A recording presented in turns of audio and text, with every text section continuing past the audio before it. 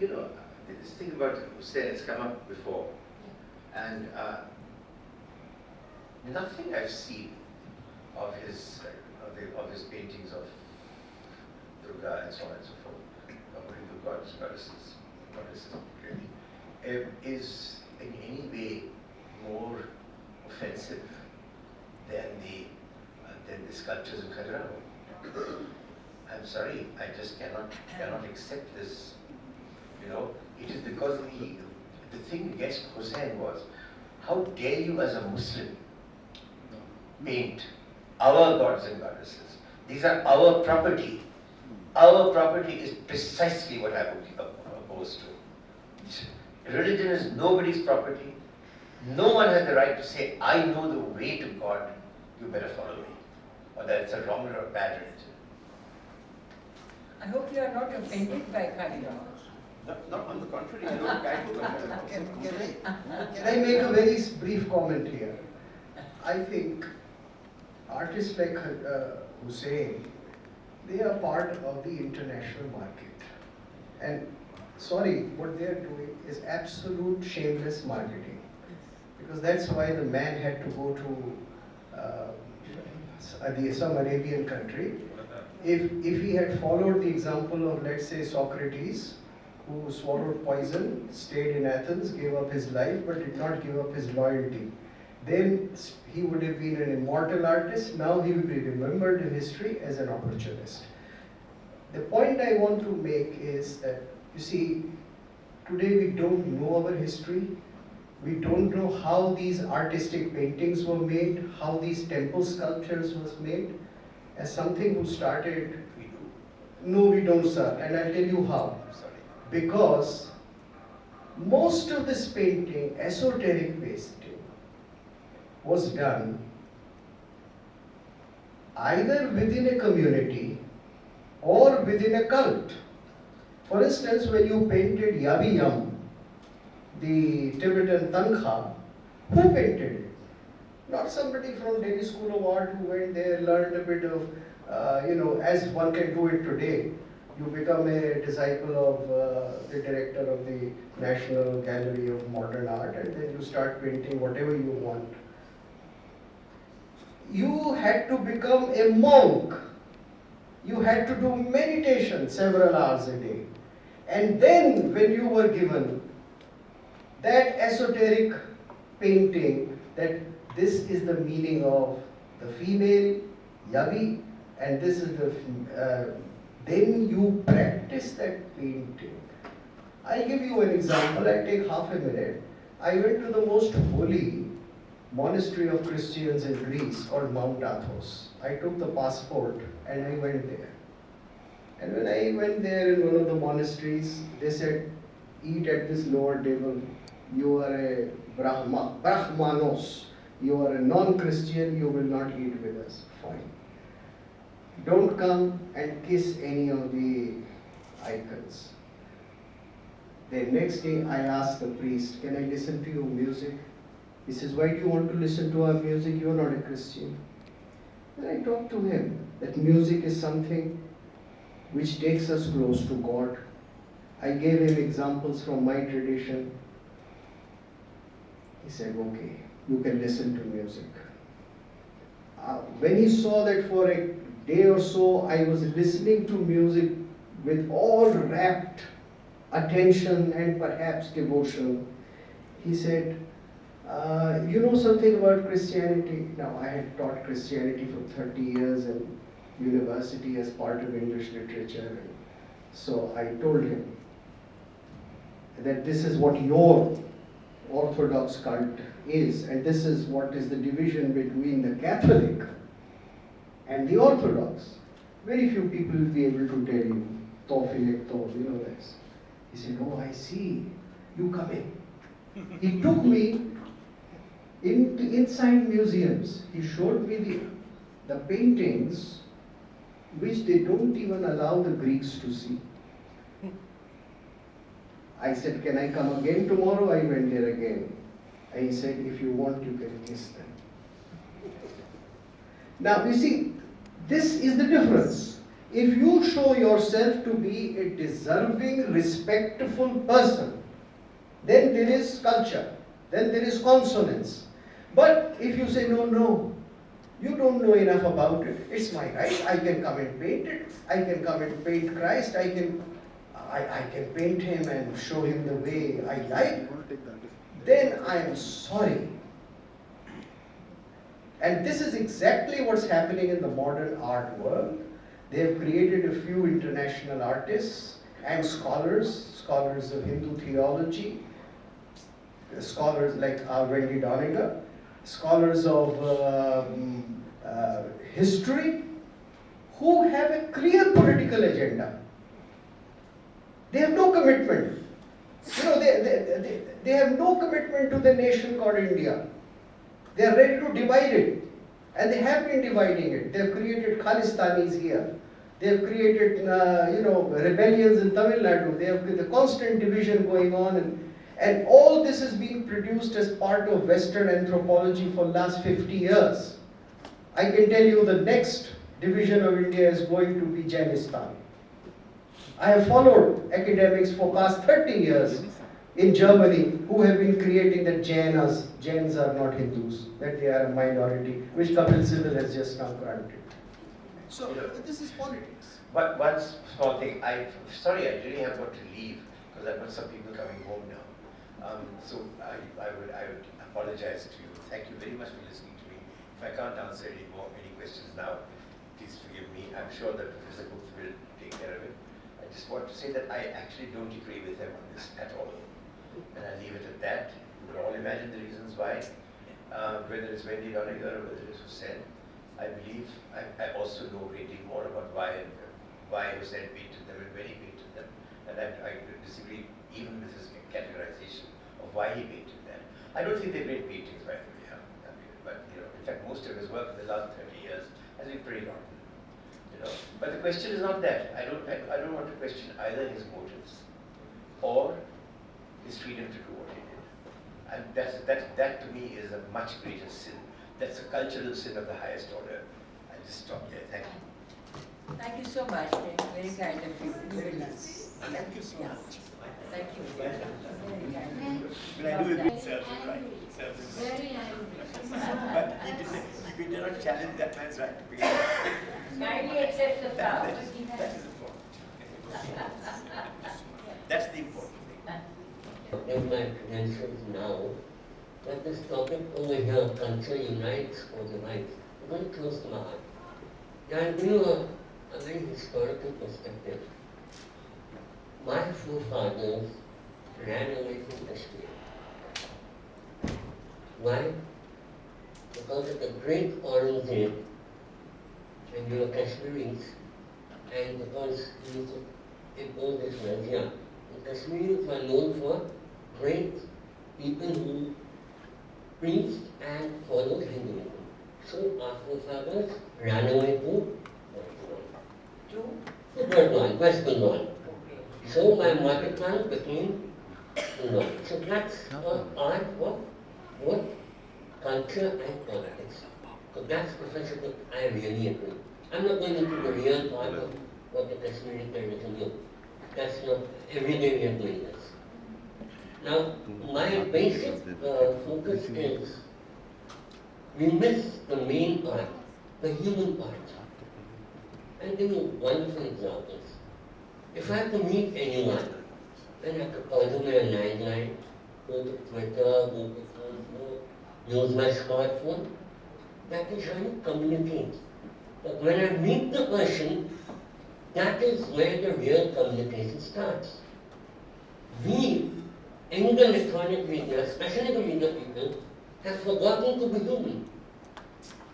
We have forgotten to be human. We are honest packaging. So this is a friend of mine, a school friend of mine, who hired me, and when I saw it on the Facebook, I said, no, so here, in different channels, I promote good news, positive news. So what I want to focus is, sir, it's time that we become more human.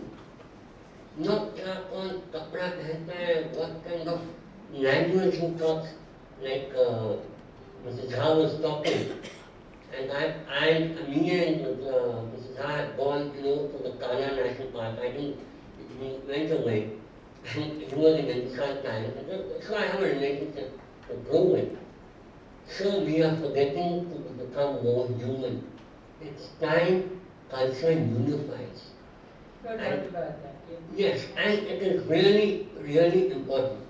Now, from my school, I was the only chap, when we had 50 years of St. David's Day, I was the only boy who was selected to represent my school in New York. And there I said, where do I want to go? I'm going to Papa. Why have you become a criminal? The criminal is somewhere lurking behind. I want to go to the best schools and meet a small child who picks up a gun and kills his own classmates. And he said, why this? I said, because we have forgotten to be human. So I would like this kind of dialogue, make a human part, something like this. Forget about history and politics. And that is what real culture is. That's what real Hinduism is. I mean, no, I'm not saying because I'm Hindu. I mean, as a human being, this is what touches my heart. Thank you, sir. Thank you. Basically, any other question? Yes, please. I've had some interesting insights, recently, which is that the ease of printing is inversely proportional to the amount of garbage that's produced. So, right from the invention of the printing press to now, digital printing, which has made printing even more easier. The amount of garbage that's produced is not just enormous, it acts as a smoke screen to blind us from our own history. So you won't find anything, 30 years before on internet. And I discovered that recently, and which is very interesting to what Professor Gupt was sharing. I recently read The Transformations of Man by Louis Mumford, and that's a most useful critique to bring down the house of industrial civilization and reductionism, which very simply is based on anti-progress. If progress is defined as movement towards the whole, reductionism is what brings you, what dehumanizes you, what makes man into machine, and then the machine takes over. So the point is that unless we start questioning, for example, why do we ban drugs, or why do we ban pornography, or why do we ban necrophilia? The point is that we know that it has social damage. Unless we realize that what kind of social damage television is producing cumulatively, what kind of damage internet is producing cumulatively, and have a 10-year perspective that they should be banned so that our children can start learning. What Sir mentioned was that the paintings of Khajuraho were done after so much of meditation, and you see that that is reflected in the aesthetics, and you intuitively react, but that same feeling doesn't come when you see a Hussain painting. So that's also obvious very intuitively that. So the point I'm making is that unless we as a society understand that the money economy which is driving the internet, for example, you wonder why internet is free, most of the stuff, who pays for it? Why is so many news channels propping up with around the clock news? So unless we create a consensus and start the building process of that, the cumulative social damage will ultimately destroy us. It is already dehumanizing us. Yeah. We ban internet or we ban television. At the same time, I would agree with ma'am that we do have the right not to be offended by somebody's depiction in the name of art of something that is against our culture. I would not go so far as to say that because I'm offended, I should ban it. Because I'm offended by Wendy Doniger's talking about all Hinduism just being a matter of phallus worship. I mean, these are, Ma'am, the then we kind should of- allow pornography, we these should are all- allow, incest, we shouldn't ban anything on These earth. are all kinds The point of, is that we are talking about, relative significance of what is socially damaging. yeah, but to Yeah, ban this kind anything of, I is to don't give it an understand importance why that I this do kind not of, subscribe to. laissez-faire. Can I intervene? And with Yeah, that please, sir, I'd like to comment, hear from Professor you. Gupta will be winding up. Yeah, you see, most of these things are a matter of taste. Because everything cannot be taken care of by the law, or by injunctions, or by the police, or by the school teacher. Most of it has to be taken care of by a sense of taste, a sense of propriety, a sense of dharma and adharma, Maryada. and balance, maryada. And this comes through a certain educative process. Now, what has happened in India is that because we are totally divorced of our own texts, why is there so much corruption in India today? Because you don't teach a single religious text anymore. You don't teach any religious text, whether it is Hindu or Muslim or this or that. You don't teach any morality to your children, right from school till PhD level. So, India is going to be corrupt as a consequence. We have perverted secularism to the extent that let there be no moral education, let there be no religious education. Instead of saying that let there be education of all religious denominations and different views, we have said no religion. So you see, this is exactly the problem, and the solution will come through a good education system which is broad-minded, but which has not fallen into the kind of consumerism that is now being just dished out day and night, including to our young. Our youngs are the most unfortunate victims of this. So I think, Madam, you would like to conclude the session. Well, I think that that is a formality. We must carry this discussion forward because it's thrown up so many dimensions, and in one broad umbrella topic of culture, we have talked about Hussein's paintings, a matter of great controversy for a lot of us in the art world. We have talked about Wendy Doniger's book, a matter of great controversy in the world of books and literature, and we've talked about several other things that we need to reflect upon in purely historical, factual terms, where we try to keep the commerce, the politics, and the abracadabra with which they are the mysticism is created, whereby we do not get to know the truth of the matter. So, in the hope that we'll be able to search for truth, I thank you all for being here, and I look forward to your presence again with us the next time we do this next time. And before I end, I'd like to say in April we are having a discussion at Pendulum Dialogues on art today. Where is the artist? And in that we will be looking at, truly, is Shakti Myra here the artist? Is Subodh Gupta's tree in the Gallery of Modern Art work of art?